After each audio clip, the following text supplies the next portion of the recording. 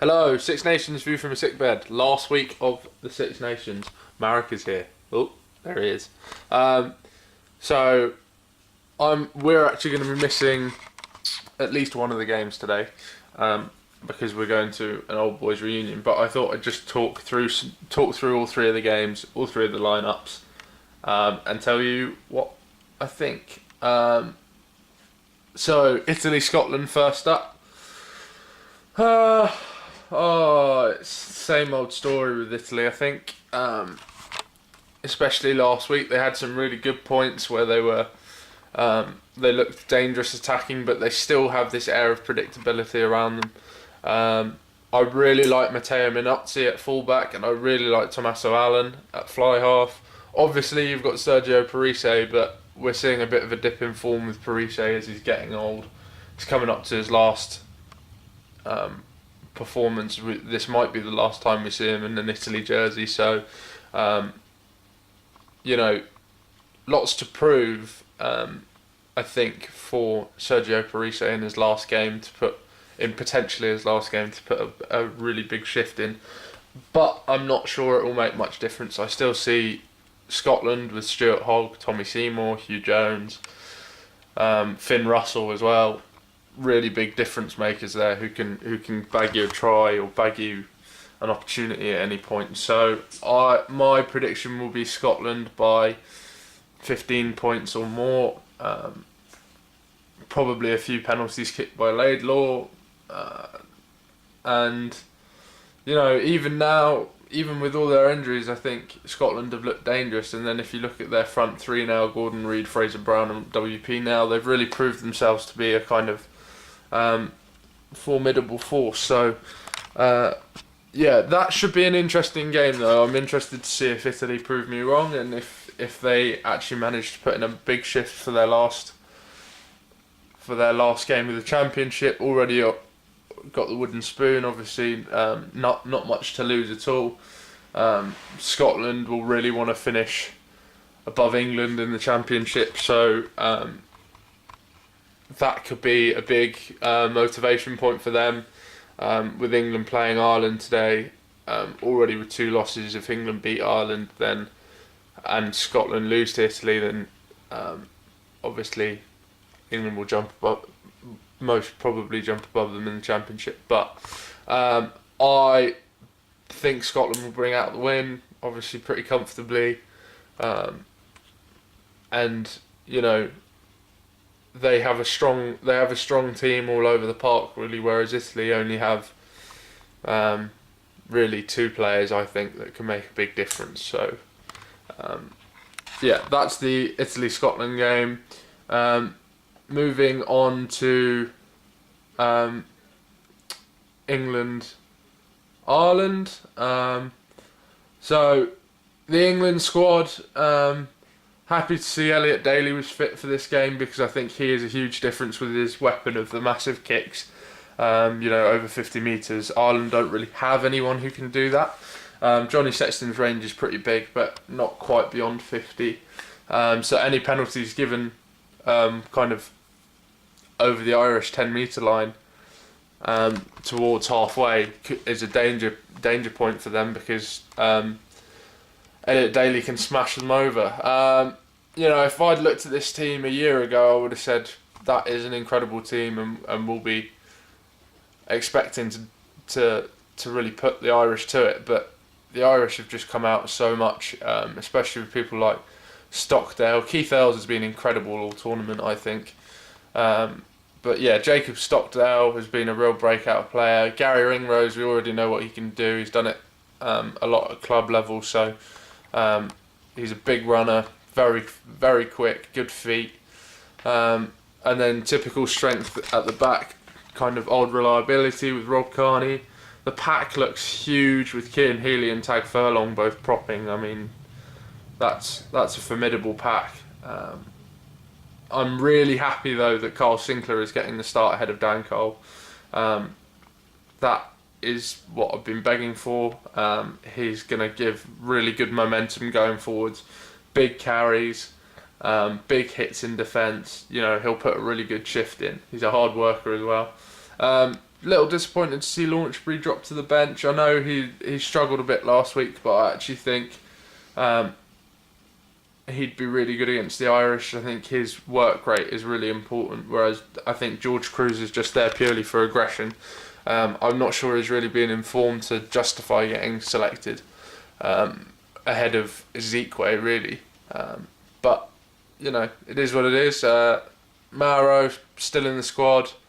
Had an okay game last week, but nothing special. Sam Simmons back at number 8, so a lot of pace there, but not much bulk against CJ Stander, who is an absolute tank. So it'll be interesting to see how that works. England definitely have the more mobile of the packs, but saying that, they have got James Haskell at 7, who's not as mobile as he used to be, but had a really good effect coming off the bench. That back 3 again, I think is going to be key for England, getting them involved. Elliot Daly, Johnny May and Anthony Watson. Ben Teo and Jonathan Joseph at the centre. The big story is, of course, George Ford getting dropped, with Owen Farrell starting at 10. I think that's the correct decision. I think it's something that was that needed to happen. George Ford looked a bit all at sea last time. Mike Brown still on the bench again, correct decision. And Don Armand, this is the call that I think a lot of people have been waiting for, is Don Armand making it onto the bench, making it into the squad. He is an excellent player for Exeter, brilliant ball carrier, brilliant over the ball player. Really looking forward to him starting on the bench, coming on. Little bit confused about Richard Wigglesworth starting at 9. I don't think that. I still think Dan Robson would have been the correct call.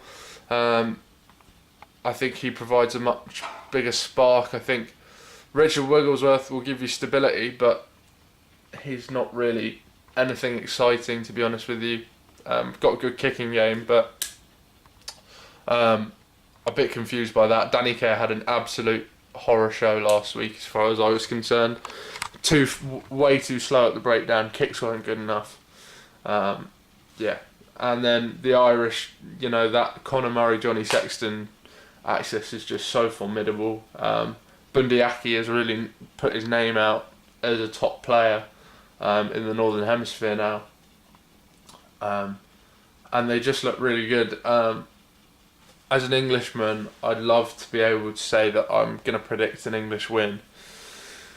And I'd love to say I think they're going to come back after last week, but I said that the week before. It's very difficult, this one. I've been racking my brain about it. I'm not sure. I'm going to say England come away with a very small win, so maybe 2 points in it.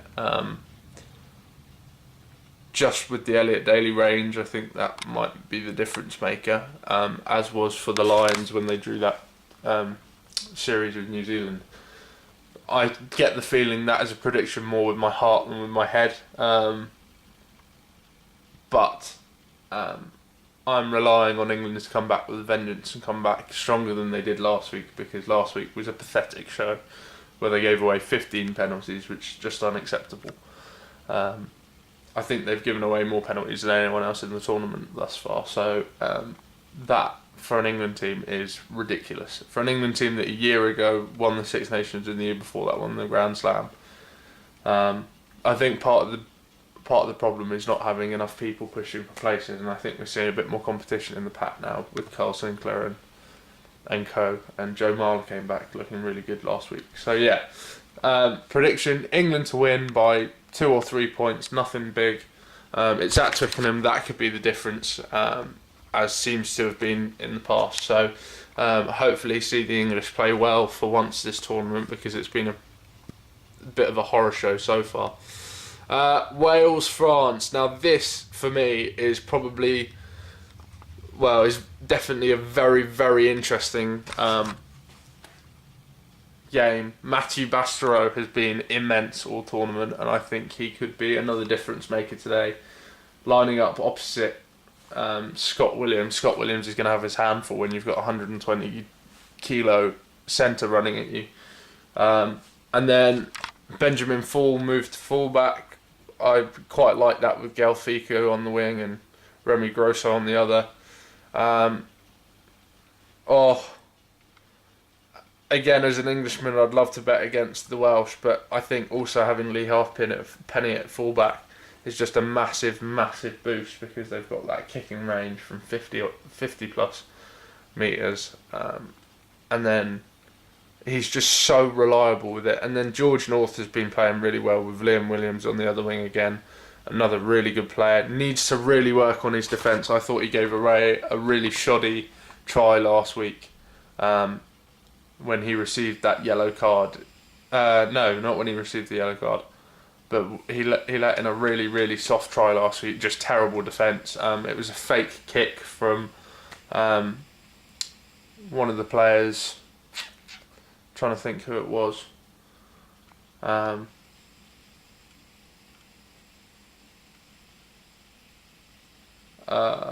might have been Tommaso Allen actually.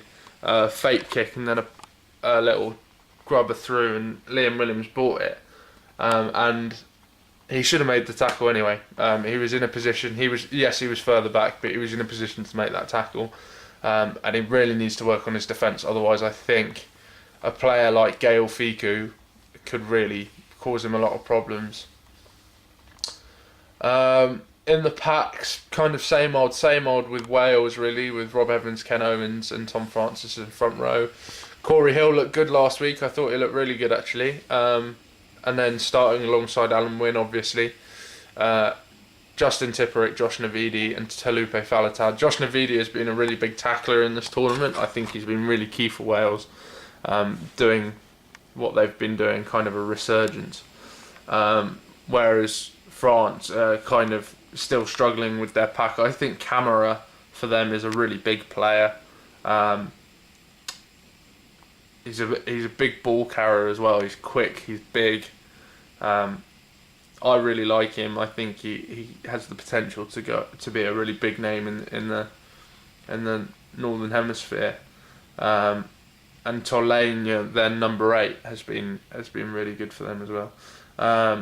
Just having a look at the benches, I just think, you look at that and you think Wales have the edge coming off the bench for sure. I really like Bradley Davis for them as well, so it'd be good to see him coming on, and Aled Davies as well. And then Gareth Anscombe, I'm still a bit confused about how he's been kept in. I know he has moments of brilliance, but he's had a lot of mistakes this tournament, and I don't know, maybe Warren Gatlin's just sticking with him because it's familiarity. But Steph Evans on the bench as well, coming on will be massive for him. So